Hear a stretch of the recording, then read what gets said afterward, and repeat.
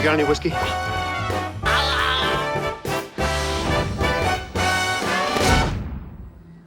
Hi, Roman. Thanks for sitting down. It's my pleasure. Okay, where did the inspiration for Charles Swan III come from? It came from a few places. You know, I had done CQ, which is a film I'm very proud of. But, you know, the main character is very internalized and he's not a very outgoing or dynamic person. Having done that, it would be fun to do a contrasting kind of character study and just have a character who just balls out, just showy and flashy and full of verve and panache. So Charles is kind of, you know, he's just been dumped, and he and the people around him, like Saul, the business manager, and Jason's character, they all represent parts of a man's relationship with women and perspective on love, you know? And Saul's character has this amazing line, something like, desire is as close as I'm going to get to happiness. I want to be free. To lay whatever girl who might be interested in a old balding business manager. You ever stop wanting the sexy young ones? Desire is about as close to happiness as I'm gonna get. How do you feel about that perspective on love and desire? Well, you know, the movie doesn't have any answers or definitive statements. It's it's sort of an exploration of those notions, and it speaks to this thing that there's a beautiful thing that when people come together that is so joyous, and there's the difficulty of maintaining a relationship. You know, it's just a fact of life, and from time immemorial. I can't believe this is how you treat me!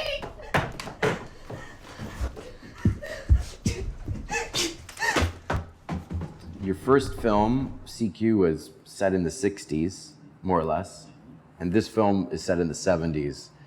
Do you draw inspiration from those periods, and what's wrong with today?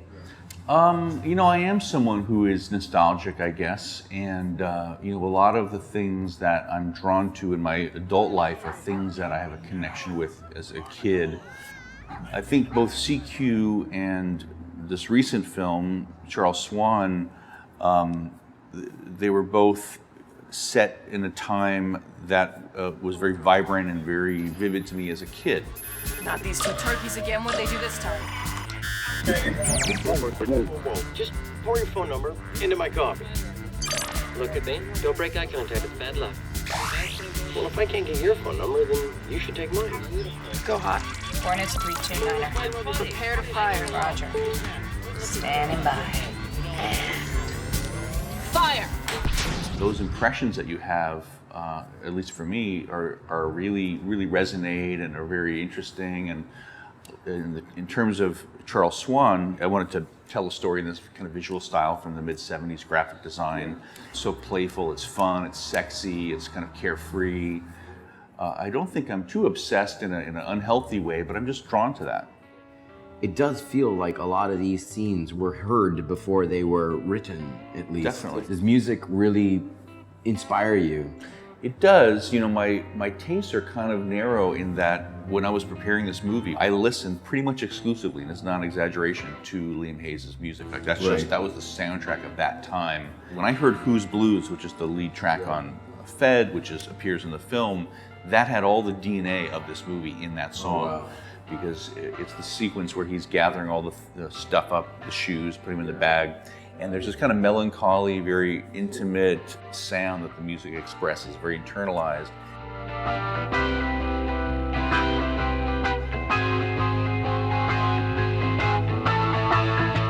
And then there's a transition, and in the movie, the garage door opens, the car pulls out, and it's like...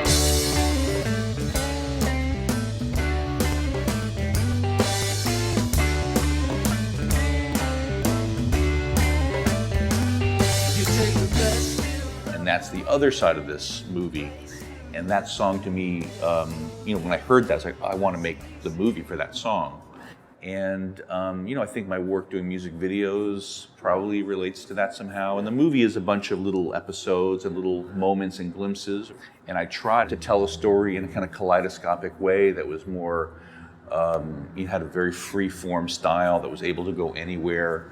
And the state of mind that you can get into when you're in a breakup situation can be very confusing and distressing, and your emotions can go, you can still be in love, you can hate someone, and all these kind of contrasting things that you're sort of flailing around. I thought it'd be fun to portray that state of mind in the form of a movie. Okay, it looks like about 70% of your brain, this whole region here, is concerned pretty much exclusively with sex. You're using about 20% of what remains on your desire for power and money. This small section here is used to deal with bodily functions and also manage your affairs. Affairs? I like diversity, and so and I think CQ has this maybe to a fault where I like black and white, I like action scenes, I like dramatic scenes, I like so many things, I just try to put it all in there. And so I'm kind of like that in my work. I like, the scene like the Western scene has a lot of cuts and B camera. Ivana, can't we just talk? I'm hit. And then another scene just takes its time to let a scene play.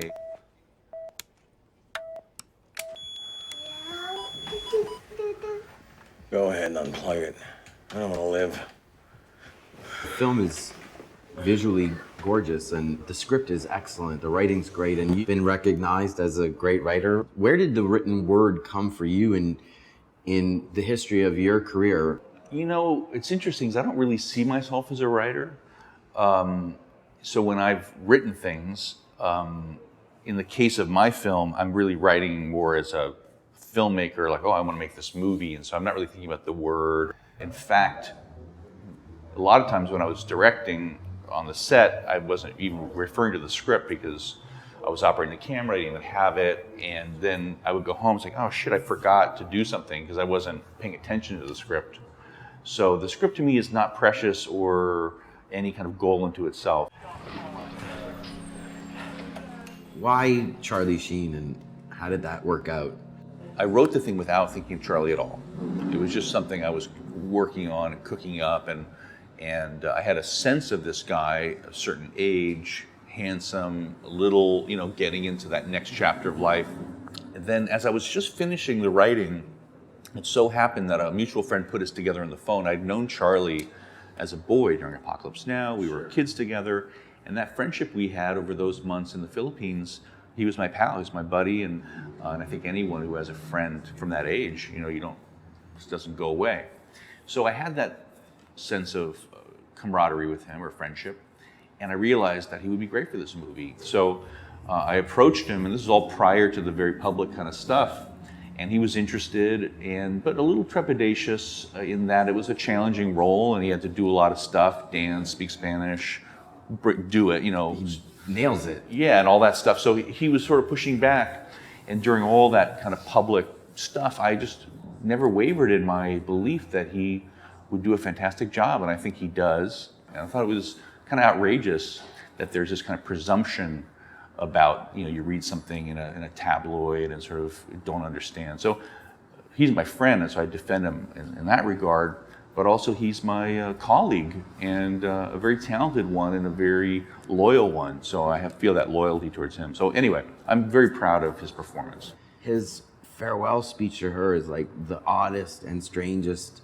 farewell speech, because he's not begging to be with her. It's almost like he's nostalgic about the idea of their love and sad about the fact that they won't be in love anymore. Vaughn, I was thinking, it's kind of a sad thought.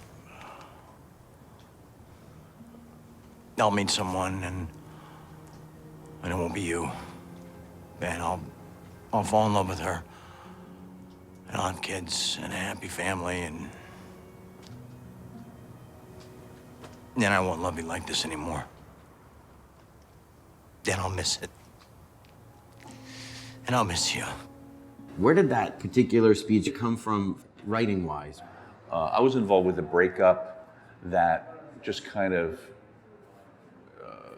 was over, and there was no scene like that. So in a way, it probably, being honest, was a little bit of like a chance to write the scene that never happened. Goodbye. You're not dark.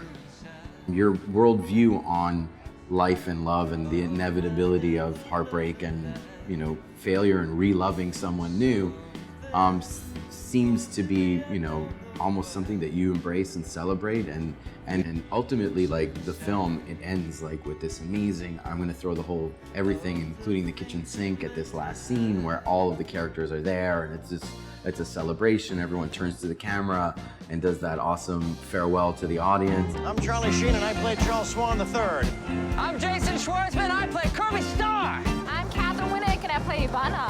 I'm Bill Murray, I play Saul. I'm Patricia Arquette, I play Izzy Swan. I'm Liam Hayes, and I wrote the music. I'm glad that you feel that way about the ending. You know, I recognize the things that are dark and unpleasant and cause suffering at the same time. That's no reason to get down. You know, there's so many beautiful things to celebrate. I got this song and not much else.